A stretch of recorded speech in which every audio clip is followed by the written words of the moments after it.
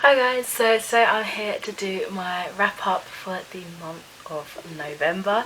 So I'm actually quite pleased with how much I've read. Specifically, I think I mentioned this last month as well, but some of them are quite chunky, and then other things are like classics, and I'm just really happy with like the variety I've read. So just quickly, I haven't really got much in terms of reading breakdown because pretty much everything was just physical. I didn't read anything from my Kindle, didn't borrow any books from my library or my family or friends, didn't read any magazines. I literally just read what I've got to show you here today.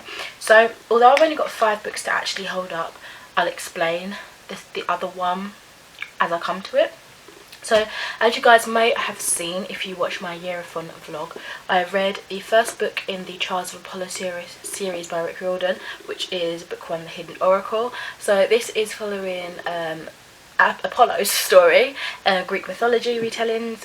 Rick Riordan's like the king of Greek mythology, and basically he's forced to Earth because he has done something to anger his father Zeus, and he's found himself in the body of Lester Papadopoulos. I can't remember how to say it. I was so used to reading it, but I never actually spoke the surname, so I don't know if I just completely butchered that.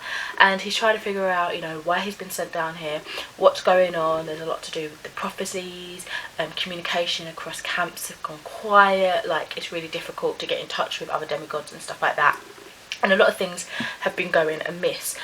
So he stumbles into a girl called Meg, and they sort of venture together to figure out what's going on and stuff like that. So I absolutely adored this. I gave it 5 stars. I won't go into too much depth, I'll just leave it at that. So if you do want to check out the reading vlog, it doesn't have any spoilers, I don't believe.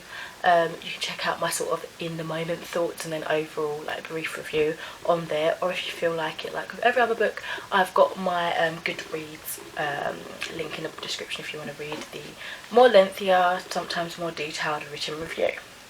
So after that, I finished. Now this is what I kind of left you guys on a cliffhanger for in that vlog. I ended up getting on to book 2 and finishing it. So book 2 is the Dark Prophecy. Obviously I fear to spoil situations, but we're basically continuing the plot and basically unfolding more stuff that is happening at the end of the first book and now into the second book.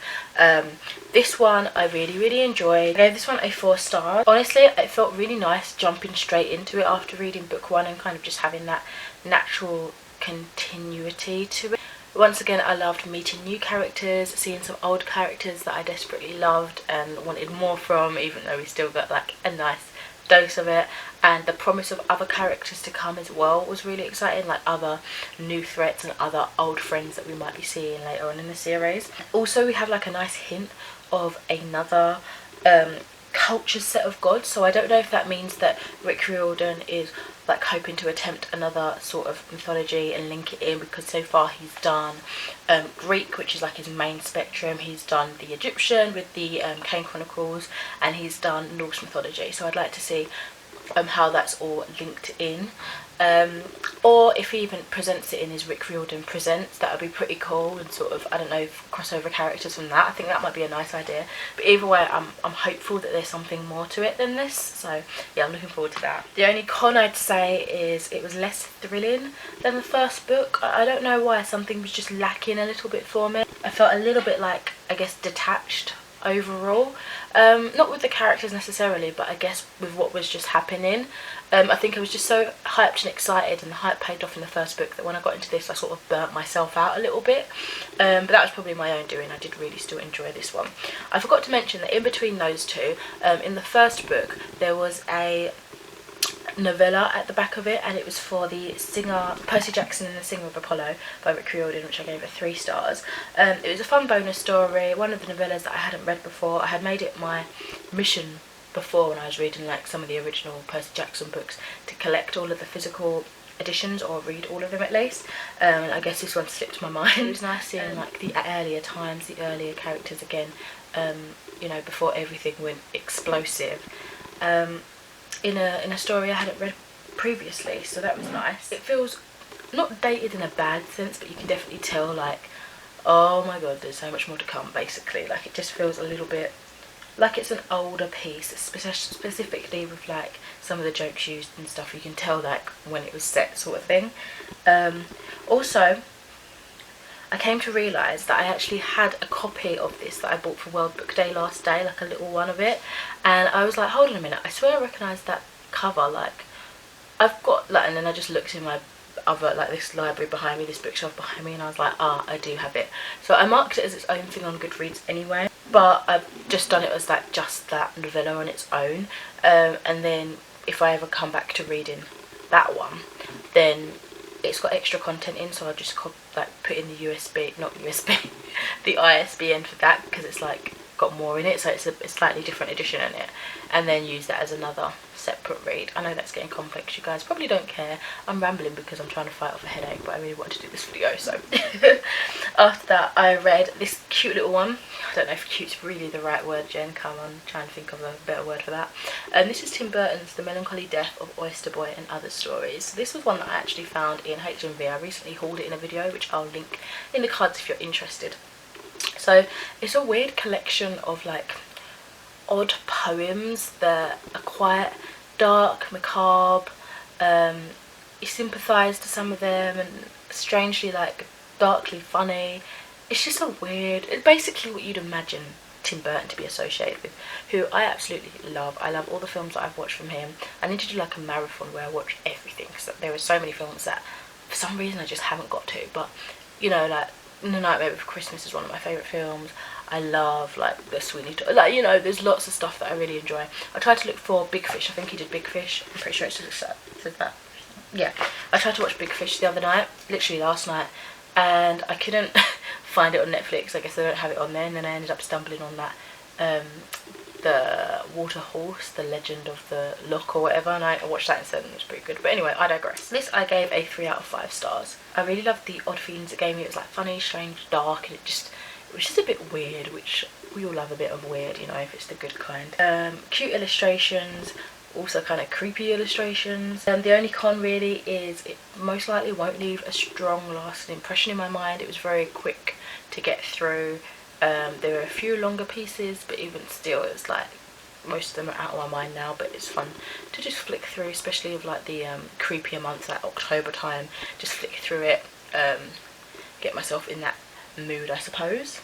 Next up I read The Day of the Triffids by John Wyndham. Now I think I picked this up at the beginning of, or at the end of October, then I put it down because I was reading the Apollo books for the Yearathon, which was based on myths and retellings, and then I finally picked this back up after those amount of books in between, and yeah, I am so happy that I finished this. It's like a piece of classic literature.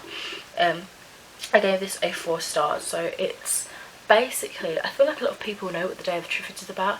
It's basically a catastrophe happens where the world wakes up not seeing, except for this main character here who's called Bill, and he's trying to figure out what on earth happened, what's going on, can it be fixed, can it be saved.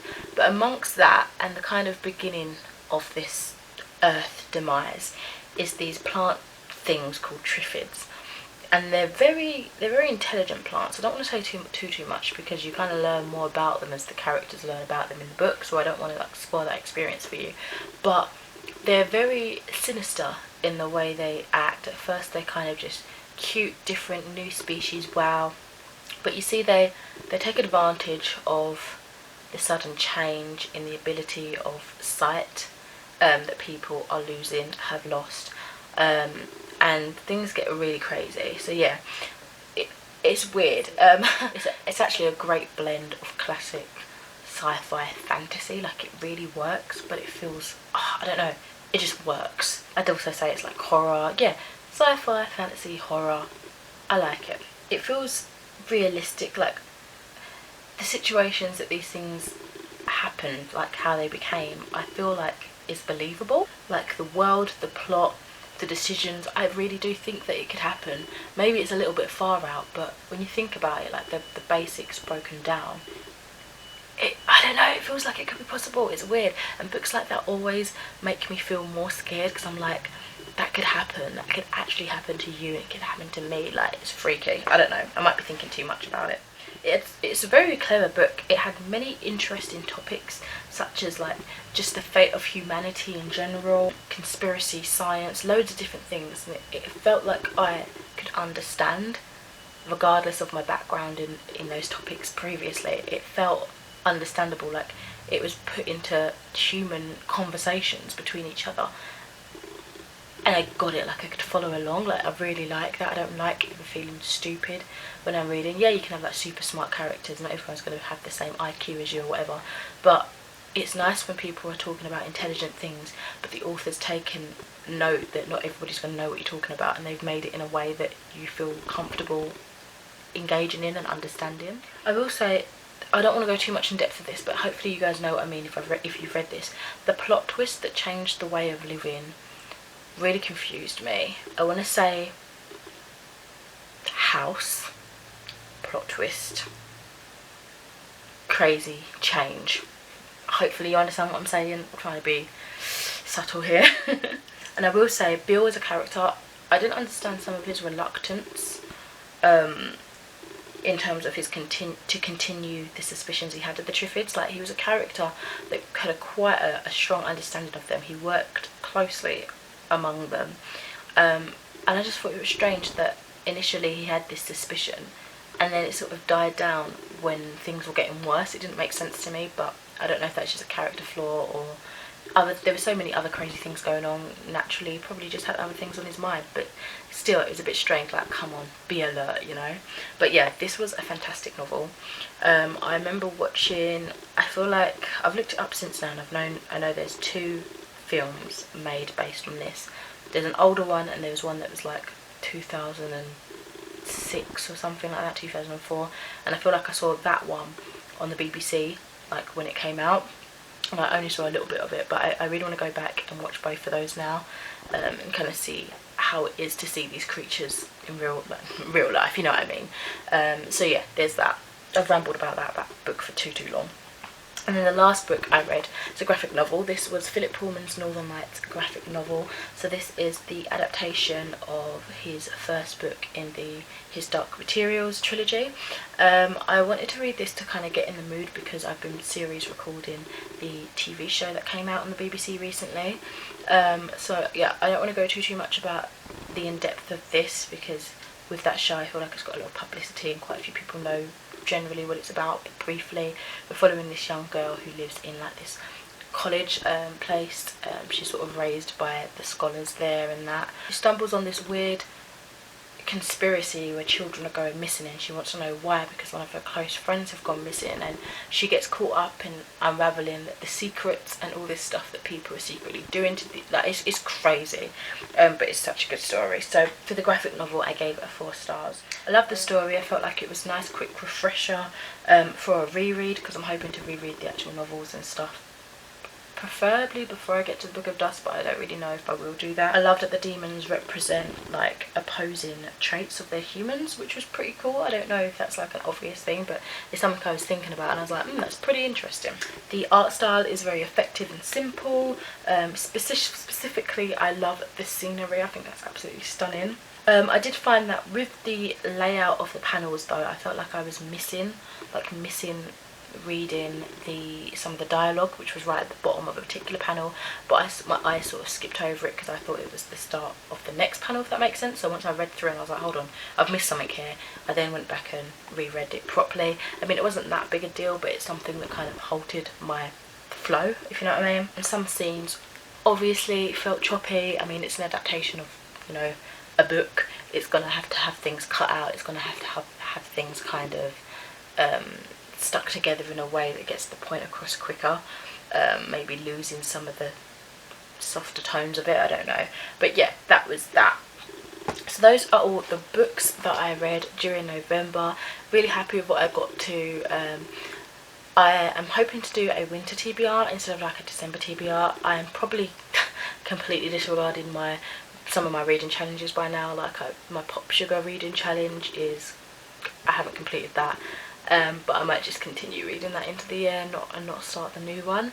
But all the books that are on my winter TBR aren't really reflective of that challenge. I haven't put that in mind. Of just books that I'm excited to get to and want to try and get to, because I've said before, I'm more of a mood reader, and these are the books that I'm interested in at the minute. So that should hopefully be up shortly after this video, whenever I get a chance to edit. But yeah, I'll speak to you in another video soon. Don't forget to let me know the books that you've been reading of late, what you recommend, if you've read any of these. And yeah, see you later. Thanks for watching. Bye.